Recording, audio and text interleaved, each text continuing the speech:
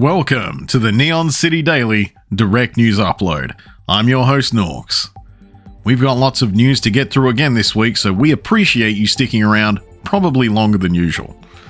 The Force does not appear to be strong with Star Wars Jedi Survivor, at least not for those playing it on PC. Dropping this week across all platforms, apparently the game is suffering from major performance issues that are making fans throw their arms up in frustration. Some folks are even being forced to wait for a whopping 128GB day one update despite preloading the 256GB game. Now, before you think the game is a total disaster, let it be known that early reviews have been positive, especially for console players. Sure, there are some bugs and wonky moments on PS5 and Xbox Series X and S, but it's nothing compared to the PC experience. With over 2,200 user reviews with a mostly negative rating on Steam, it seems the game's biggest problem is its wild frame rate dips, even on medium settings and with high-end graphics cards. Another AAA game being marred by a horribly optimized release, griped one user. Some players are struggling to even hit 60 frames per second at 1080p resolution, and even then, the frame rate isn't stable at all. Steam users are recommending that those considering purchasing the game wait for a few patches before diving in, and we tend to agree with them. On the bright side, some players reported significant performance improvements after clearing the game's first planet, but buyer beware, as your mileage may vary. Publisher Electronic Arts has promised to address the bugs and performance issues, as well as add more accessibility features via ongoing patches, which is something that's becoming all too common practice. Fixing or even finishing a game after its release, I think we can all agree that high-profile, big-budget AAA titles with major resources behind them should not be releasing on any platform if the end product is virtually unplayable. And yet, it continues to happen. Just this year alone, we've had to endure Forspoken, lambasted for looking worse than its trailers, worse than contemporary open-world games, while being basically as demanding as Cyberpunk 2077. Horizon Zero Dawn being launched with substantial issues, including broken anisotropic filtering and poor borderless windowed performance. Callisto Protocol having a severe stuttering issue at launch due to a file mix-up, which was at least quickly patched. Gotham Knights pushing high-end hardware despite having a more barren, less attractive world than a 7-year-old Arkham Knight. Hogwarts Legacy, Final Fantasy VII Remake, Stray, Kena Bridge of Spirits, and Evil West, all Unreal Engine 4 games that launched with stuttering issues. Elden Ring, a year after launch, still exhibiting similar stuttering problems, particularly disappointing for a game that's locked to 60 frames per second. Dead Space launched with fuzzy textures thanks to a variable bitrate shading, as well as stuttering, though a patch quickly fixed the first issue. There's no simple fix to this problem. Many players advocate leveraging the power of their wallets to make themselves heard, and we agree, it's probably the best approach. But unless a significant portion of the gaming community all agree to participate, it will sadly make little to no difference. For now, we must continue being as vocal as possible, call out the bullshit from every rooftop until game companies are forced to respect their customers. Granted, a lot of this isn't typically the developer's fault, but rather it's due to the pressure placed upon them by money-hungry gaming industry executives. Executives who expect developers to make a game as quickly as possible, as cheaply as possible, all the while meeting or exceeding unrealistic standards in quality, especially given the restrictions placed upon them and the often brutal working conditions. Bungie is on a win streak. The video game developer has won a whopping $12 million in damages from a Romanian cheat seller, Claudie Florentin, who was trying to market their software called Veteran Cheats to the unsuspecting players of Destiny 2. Veteran cheats allowed players to see through walls and aim more accurately, which gave them an unfair advantage over others. Bungie's Deputy General Counsel, James Barker, revealed that the company had spent at least $2 million on game security, staffing, and software to combat cheating devices like Veteran Cheats. Given the massive investment made in combating this kind of scum, it's not surprising Bungie wanted to try and recoup some of their money.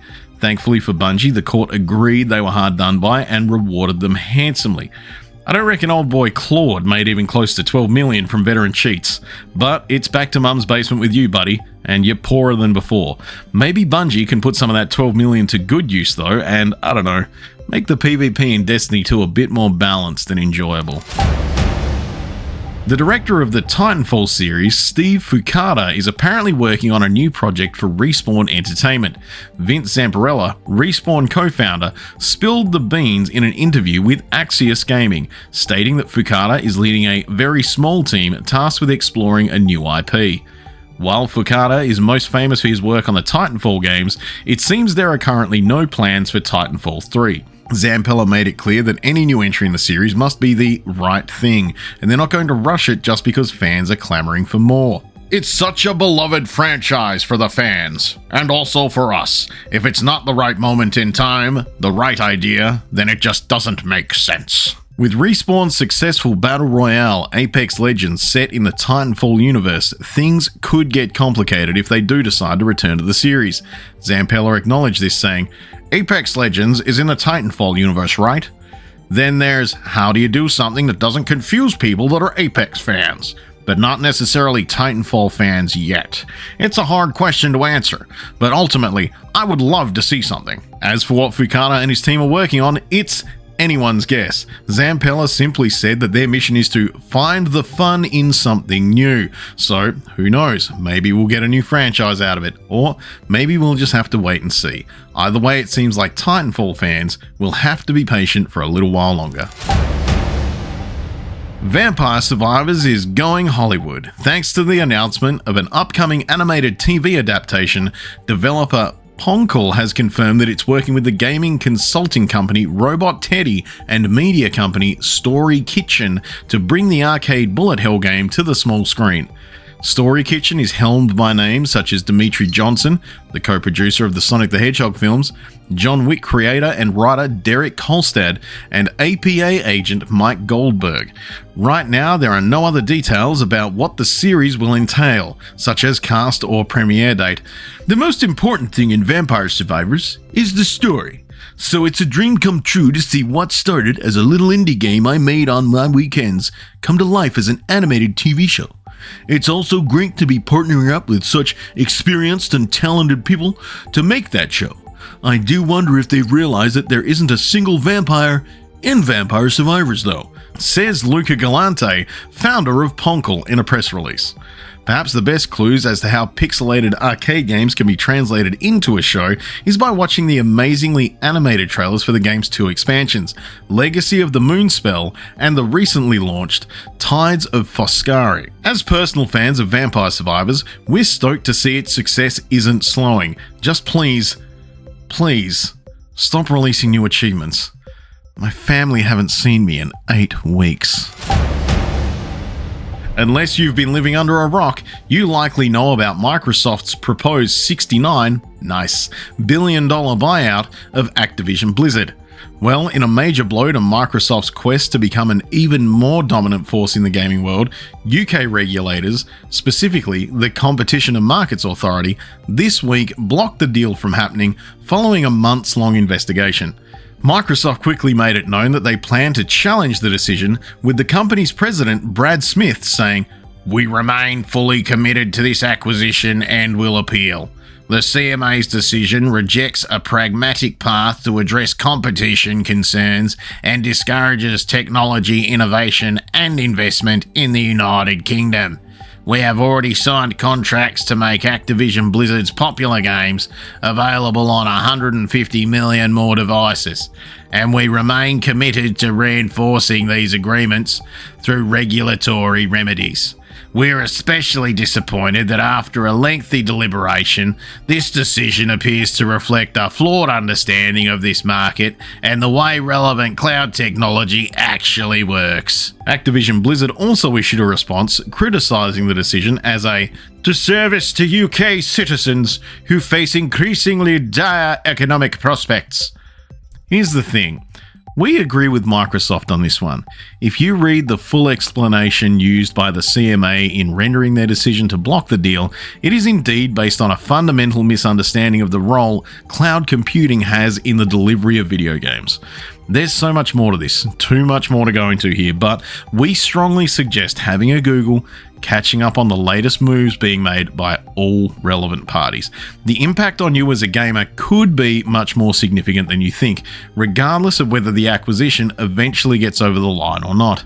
Long have gamers been frustrated at policymakers implementing poor laws, rules, and guidelines while having little to no real actual knowledge or insight on the subject matter.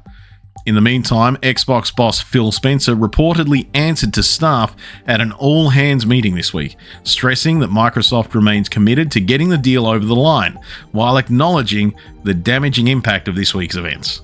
Spencer apparently told staff the acquisition of Activision Blizzard is meant to speed up Microsoft's gaming plans, but isn't the be-all and end-all of the company's gaming strategy, which would move ahead even without the firm behind Call of Duty, World of Warcraft, and Candy Crush. We'll keep you posted with updates as this saga continues. You know who loves a good lawsuit? Nintendo! And boy must their lawyers be busy lately. The Legend of Zelda Tears of the Kingdom has leaked online, and pirated copies of the game are now available for download. Heads will roll, we guarantee it. Consider yourself warned. This absolutely means the risk of spoilers has never been higher. So if you're invested in the Zelda story in any way, shape or form, tread carefully online, friend. God help you though if you help spread anything online due to having or even encountering a leaked copy of the game. Nintendo will come for you. Justice will be swift. Now, we aren't necessarily fans of Nintendo's oft-used anti-competitive or anti-consumer antics, but this is definitely a bridge too far. It's theft, and Nintendo would be well within their rights to smite anyone who stole this from them. First, we dump the streamer news. Now, we're dumping the very short-lived IRL news, because we want to keep talking about video game news. That's why you're here after all. So let's truck on by talking about Redfall. Highly anticipated, well marketed, yet ultimately unfinished and largely unenjoyable. Redfall is an anomaly, because a game with this good of a team behind it can't possibly be this bad, and yet it is. There are these drips of looter shooter, RPG, and multiplayer elements sprinkled throughout, but none of them work together, delivering a messy and almost incomprehensible experience. Still, gunplay and exploration stay consistently fun, thank you to the satisfaction of taking down enemies and the level design. This is by no means a comprehensive review, just our hot take based on our own admittedly short time playing the game. Tuppence and me, Norks, gave it a fair crack on stream recently and thought that the disappointment was only really solidified. Pretty disappointing, with a lot of potential ultimately wasted and awful optimization, said Tuppence. I agree. It's certainly a game that you can play, but right now not really a fun game. Hopefully, patches help. Now that's a game review done right. That about does it from us. Be sure to tune in to the Neon City Daily podcast, where there's a 50-50 chance we'll discuss some more of this in more detail. If you want to join in on the discussion yourself, as well as share increasingly disturbing memes with fellow NCD community members, hit up our Discord. All the relevant links can be found on our website, www.neoncitydaily.com.au. We're also proud to announce a new production coming soon, Neon City Daily Data Sheets, a short-form show where we talk with gamers from all around the world and learn about the significant ways in which games have impacted their lives. Stay tuned to our social media platforms for more details. I've been Norks. This has been your Neon City Daily Direct News Upload.